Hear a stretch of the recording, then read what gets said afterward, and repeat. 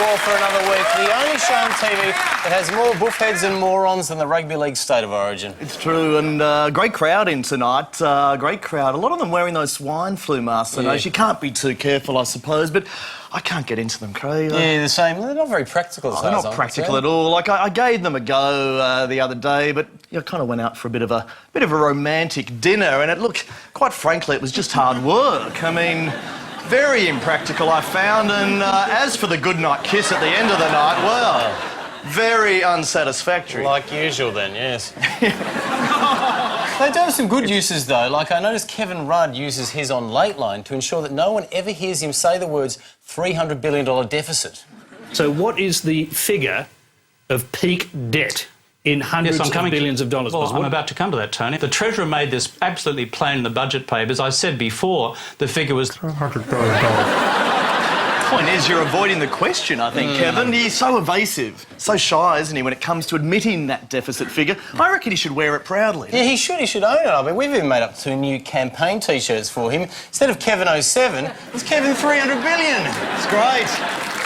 We'll be wearing it this winter and for many years to come. But it's interesting to see how Rudd's actually trying to use swine flu to distract everyone's attention away from the economy. So, this week, the government predictably rushed out a swine flu advertisement. The flu and you. The government is closely monitoring the recent outbreak of human swine influenza in Australia. If you are unwell, seek medical advice and try to avoid close contact with others. Try to avoid close contact with others. They're suggesting we carry out all our work and business on the telephone. Now, look, that may be fine for the nurse there on the ad, but what about other professions? I know. We went to see a play this week and the actors weren't even allowed alongside each other on the stage. They had to phone their performances in from home. Once more unto the breach, dear friends, once more, or close the wall up with our English dead. One of the other features of the government advertisement is thermal imaging. Have you seen this? They're carrying it out in airports now. Everyone gets scanned when they get off the plane. Yeah, the technology is quite amazing, this stuff, but thermal imaging doesn't only show if you're suffering from a disease caught from Mexican pigs, it can also pick up if you're suffering from a bashing by the New South Wales pigs. Oh, yeah. Much more deadly, too, yes, I believe. Yeah. But look, amid all the fear and the illness, there was at least one bright note in this whole Mexican swine flu saga. We finally found out which Mexican swine started it. And to think he thinks you're a racist. I know. Where does he get that from? Mexican.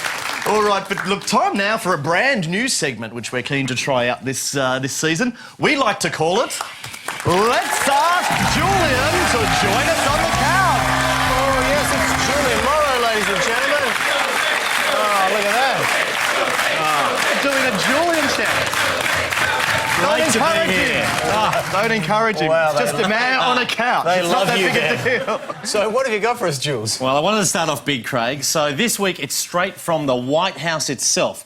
President Obama has announced that he wants to send a bunch of Guantanamo Bay prisoners to Australia. Oh, yeah. Send all your prisoners here. What are we, some dumping ground? You're not Britain, Obama. Yeah. Look, the problem is that America's actually running out of places to keep the war on terror prisoners where they're holding without trial. So, it's not just Guantanamo Bay. The CIA, the American Intelligence Agency, they've actually been operating secret prisons in a number of foreign countries. Yeah, they have. This is where they move terror suspects secretly so they can torture them and do dodgy stuff like waterboarding. And they didn't want anyone to find out about this. It's a very, very hush-hush. Yeah, look, Obama actually wants to close these secret prisons down. To be honest, I just think that's because they're not secret anymore. Yeah, now one of the most notorious CIA secret prisons is hidden in a military base way up in the north of Poland.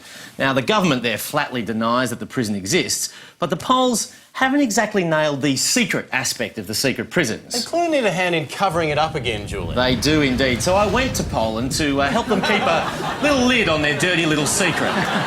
Mind you, I didn't want the CIA to get lost, so I put up some more helpful signs right outside the prison so that the CIA knows where to take the people to torture, although in a subtle way, so Poland can still deny it. Very good. Very subtle. Very shrewd. Thank you very much. Yeah, now look, once the CIA's inside the secret prison, obviously they've got some pretty serious torture work to do. They need to be left alone in peace.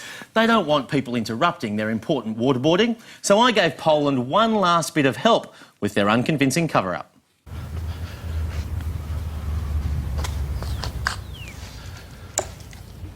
Good afternoon and welcome to Stare Kiyutska. Unfortunately, there will be no tour of the CIA secret prison here this afternoon, as there is no secret prison on these premises.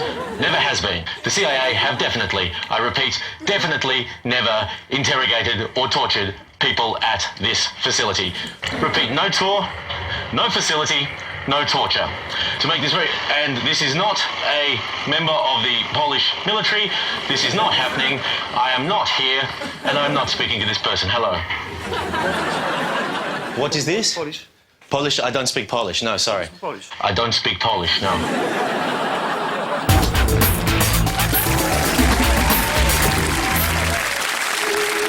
Leonardo da Vinci, Vincent van Gogh, Pablo Picasso. Alongside these names now must also belong C.M. Coolidge, one of the great artists of our time, whose paintings of dogs playing parlour games rank among the most celebrated masterpieces of the modern era. Now, what a lot of people don't realise about Coolidge is that it took him a long, long time to perfect his craft. He experimented with many other animals. He painted frogs playing poker, toucans playing poker. His series of woolly mammoths playing gin rummy was simply laughed at and ridiculed. But when he hit on the idea of dogs, it was an overnight success. As this rare film archive shows, Coolidge was a traditionalist when it came to using life models as a basis for his paintings. Just need to learn how to grip that cue. That's good. That's your Sioka paw. It sometimes took hours, even days, to get the dogs comfortable with their cigars and bowler hats. No, don't pee on the table. What did I say about peeing on the table, huh? Well, he was a perfectionist. There's no doubt about that. But what people don't know is that he was not the first artist to use dogs in this way. If you look at the preparatory studies for the Sistine Chapel, you'll notice that Michelangelo originally had God reaching out to touch a dog, smoking a pipe. Similarly, in The Last Supper, Leonardo da Vinci had Christ sitting at the table in a game of dog poker. Oh, come on, Benson. But it's the images of Coolidge that have stood the test of time. And his iconic contributions to the American art landscape have truly established him beyond doubt One with hungry shitballs instead. as one of the great artists of our time. No, come on!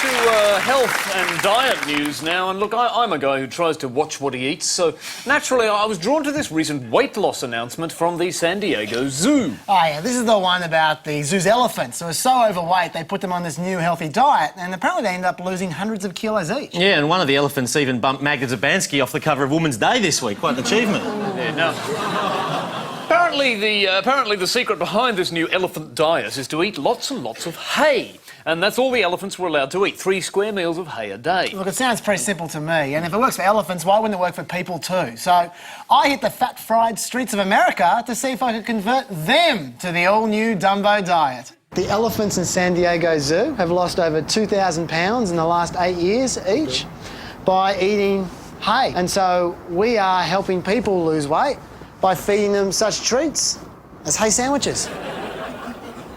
Yeah, it's okay. So, how would you describe the taste? It's good. A little bit like grass. How's that taste? Like something you eat off the ground. Yeah. I think it's nutritious though. This is hay bolognese. Try that. And how's that? That's delicious, man. Yeah. Oh, yeah. It's good. All natural. It's pretty good. Could you see yourself following this diet, sir? Yeah? Yeah. Okay, Have another one of these here? Oh, yeah, sure. Have one to go. Yeah. Yeah, you could try some hay drink. All the best bits of hay are in this drink. Puts back in all the hay that the sweat takes out. Yeah. It gets, kind of need a wider bottle. A few teething problems, but you want the goodness of the hay to come out. There we go. There we go. That's, sorry about that. Tastes like water with hay. Does it taste good? No.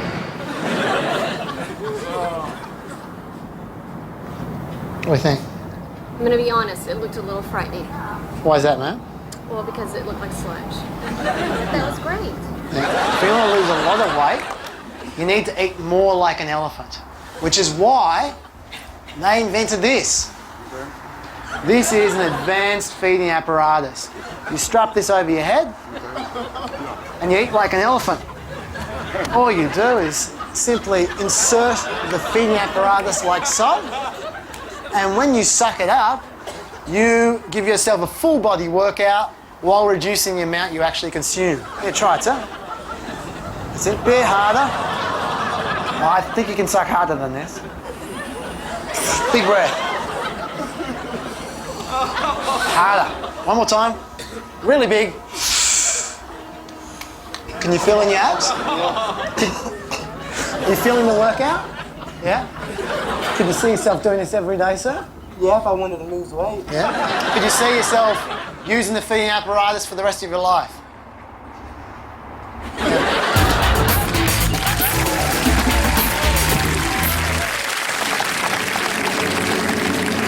In a world without justice, he has Duchenne muscular dystrophy. He has been in a wheelchair all his life. in a time without reason, I love your son, and there is nothing you can do to come between us. one film director dared to make a movie shamelessly designed to win Academy Awards. The Nazis are coming! Quick! Down to the cellar! Based on true market research about what the Academy likes. I may be a gay wheelchair-bound Jew. And a bit mentally simple, yeah. And simple, but I will not be beaten by Sean Penn or Daniel Day-Lewis ever again!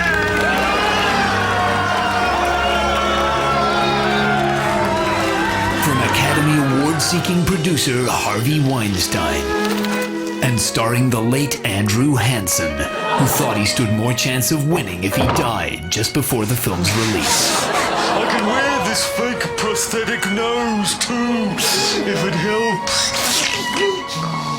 Oscar bait, coming soon to cinemas everywhere. They can take my chair, but they cannot take my Oscar!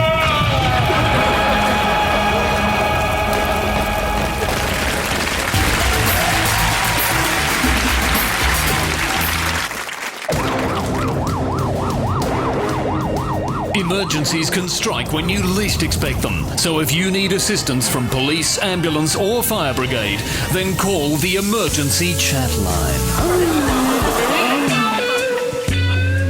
Dozens of fun single ladies are standing by to take your emergency call. Hello, help me! I need an ambulance! I'm trapped under a tree! What are you wearing? What? What am I wearing? Call 000 Chat and our team of beautiful smart singles will dispatch whatever it is you want. Hello? I need the fire brigade! The whole kitchen's on fire! The emergency chat line. Call now. No! I don't want a blade job! I need the fire brigade!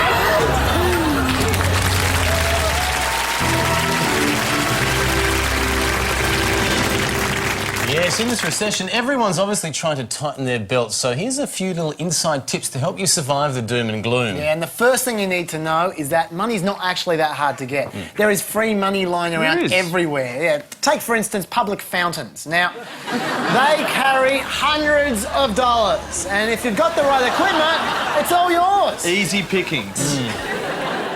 Scoring free food's another great way to save money in a recession. Supermarkets offer free food tastings most days of the week.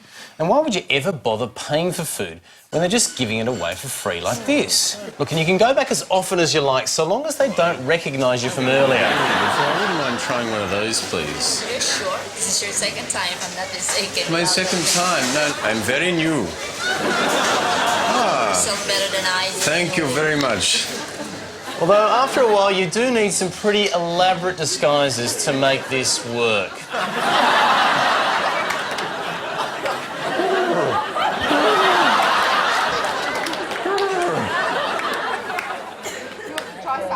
Can I have some cheese, please? But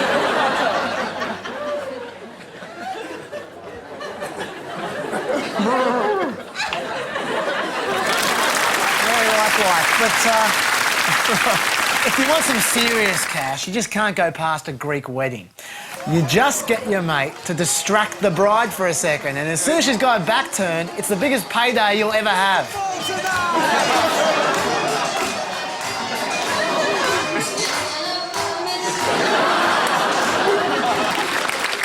And if you're still feeling a bit short after that, our final rock-solid tip is to head on down to the restaurant strip and pretend to be a waiter when people are trying to pay for their bill. Hello. You can't wait to get it, can you? It's $53.40 plus the tip. Who said we're giving you a tip? 55. Thank you.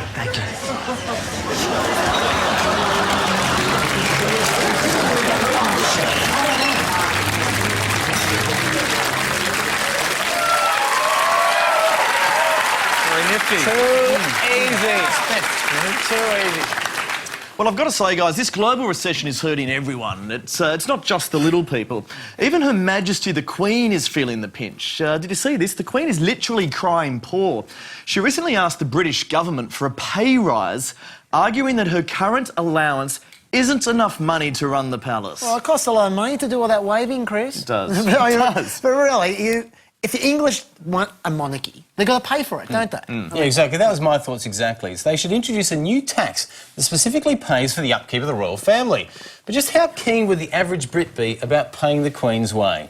How much should each British citizen give to the Queen each year? A, £10,000, B, £20,000, or C, £20,000 plus clothes, food and jewellery?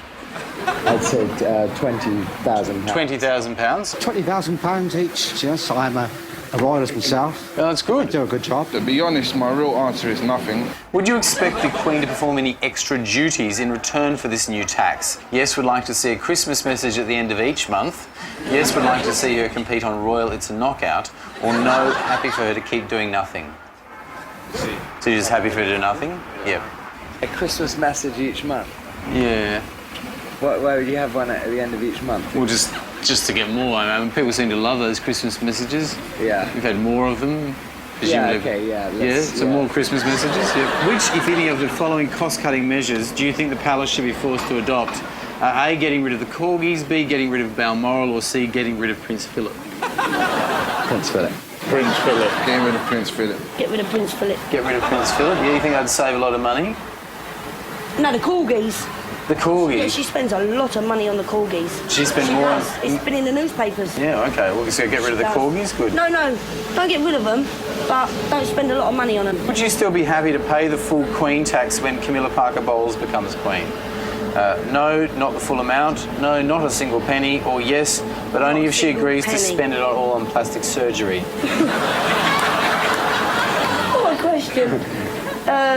Not to give her nothing, but get some plastic surgery. Well, in fact, in principle, she wouldn't be queen. No, she'd be... She'd be consort. She'd be consort. Because it's only the... Got me on a technicality there, didn't you? Rather than rely on taxpayers completely, should the Queen try to fix her own cash problems by converting Buckingham Palace into any of the following? A, an upmarket hotel, B, a boutique B&B, or C, a massive share house? A massive share house. If the palace did become a share house and the Queen started advertising for flatmates, are there any types of tenants that shouldn't be allowed? Students, immigrants, Aussie backpackers? Immigrants. Immigrants? Druggies. Druggies? What about students, immigrants, or Aussie backpackers? Immigrants. Yeah, I think the immigrants. Love the immigrants, Very fond of their immigrants. Very open society. I do like the idea, though, about leasing rooms at Buckingham Palace, because she does have a lot of space there. It's a tight rental market. I would have thought they'd have no shortage of takers. Well, that's exactly what I discovered when I tried to put those spare bedrooms on the market. 775 rooms available, everyone.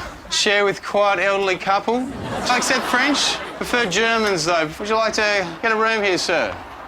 You probably have to put up with a few taunts from Prince Philip, but other than that, it'd be fine. How much is it? Look, they'll take whatever they can get at the moment. They're a bit hard up. You don't ever dress up in Nazi uniform, do you? Yeah, that's exactly that. They had trouble with the last tenant. Sorry, mate. You interested, madam? Do you want to take one of the... I'm just working and I'm not sure that you're allowed to do that right outside. Oh, really? I'm not sure. We'll have to check you. You want to get the owners down here and we'll have a chat to them. 775 rooms. Some of them are taken, obviously. The old couple take a couple.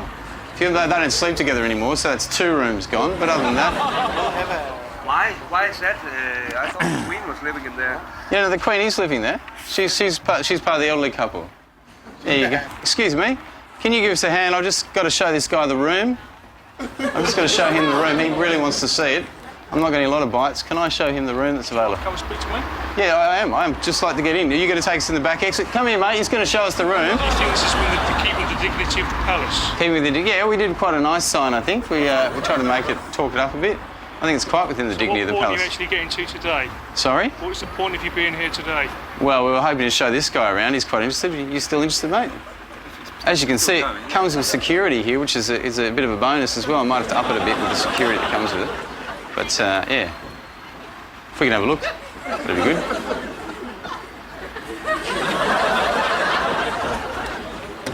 Do you want the room?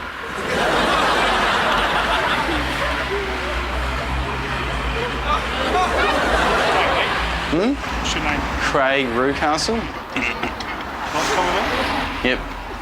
Well, what I need you to do is take that sign down immediately. Okay, so the room's taken. If you want me to say yes for your TV programme, you've got a yes, the room's taken, OK? So I hope it comes out nice in the production. I hope you edit this lovely and that you get all the laughs you desire. All right, thanks very much, sir.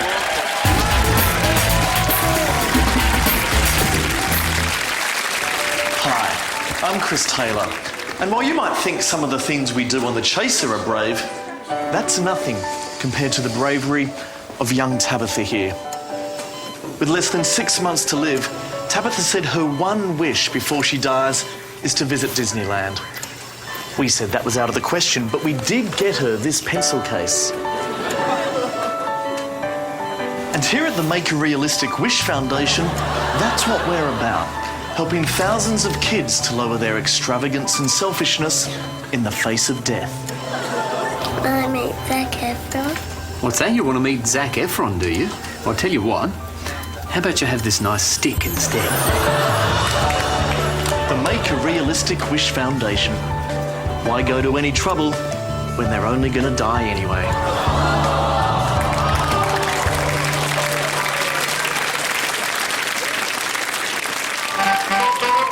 Here's the story of a lovely lady who is bringing up 3 cookie-looking girls.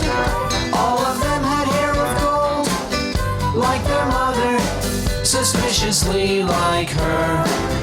Here's the story of a man named Fritzl who was busy with 3 boys of his own. They were downstairs, always crying, "Please leave us alone." Till she realized his grandson was her brother, and the daughters all had 3 eyes and a hunch, and each daughter was the sister of her mother. That's the way they became in Brady Bunch, in Brady Bunch, in Brady Bunch. Dear ABC, I wish to complain about an appalling item comparing the Brady Bunch to the Fritzls. I am disgusted. The mother's dress looked like it was made in 1976, yet the original Brady Bunch finished in 1974. What a waste of taxpayers' money. Philip Harley, Adelaide.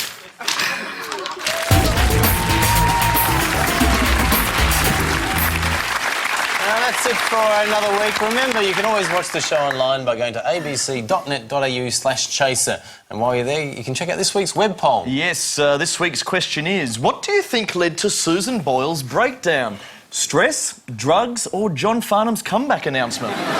And just before we go, a reminder that tomorrow marks the 20th anniversary of the Tiananmen Square massacre, which China will be commemorating by holding a ticker tank parade. So look forward to it. Thanks very much. Have a Good great night. night. Until next week.